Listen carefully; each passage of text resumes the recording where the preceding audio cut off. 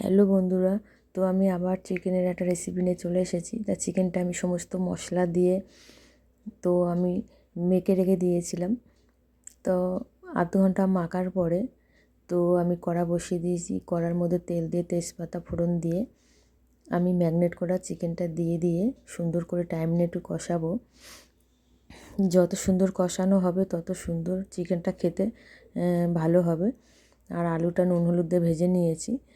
তো আর গরম জল বসিয়ে দেবো, গরম জলটা বসিয়ে দিয়েছি। তো চিকেনটা একটু টাইম নিয়ে বন্ধুরা আমি কষাবো। তো রান্নাটা পুরোটাই আমি কাঁচা লঙ্কা আর টমেটো দিয়ে পাকা পাকা টমেটো আর পাকা পাকা কাঁচা লঙ্কা দিয়ে রান্নাটা আমি করব। পুরো রান্নাটাই আমি কাঁচা লঙ্কা দিয়েই করব। তো একটু টাইম নিয়ে আমি কষাবো।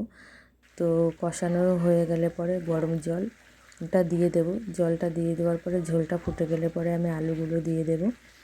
তো যখন আমি নামাবো ঝোলটা তখন আমি গরম মশলা বাটা দিয়ে আমি নামাবো। তো আমার টমেটো আর কাঁচা লঙ্কার চিকেনটা তোমাদের কেমন লাগলো তোমরা অতি অবশ্যই বলবে বন্ধুরা আমাকে। আর আমার মতো তোমরা এরকম ঘরে ট্রাই করবে।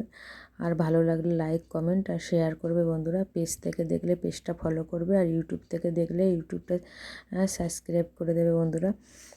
তো অতি অবশ্যই বলবে আমার চিকেনের ঝোলটা কেমন লাগলো তোমাদের। আমরা তো খুব ভালো খেলাম বন্ধুরা, খুবই সুন্দর খেলাম। তো তোমাদের কেমন লাগলো তোমরা সেটাই বলবে, অতি অবশ্যই বলবে আমাকে। তো আমি খুব সুন্দর খেলাম চিকেনটা, অসাধারণ হয়েছিল চিকেনটা, খুবই সুন্দর হয়েছিল বন্ধুরা, চিকেনটা খুব সুন্দর হয়েছিল।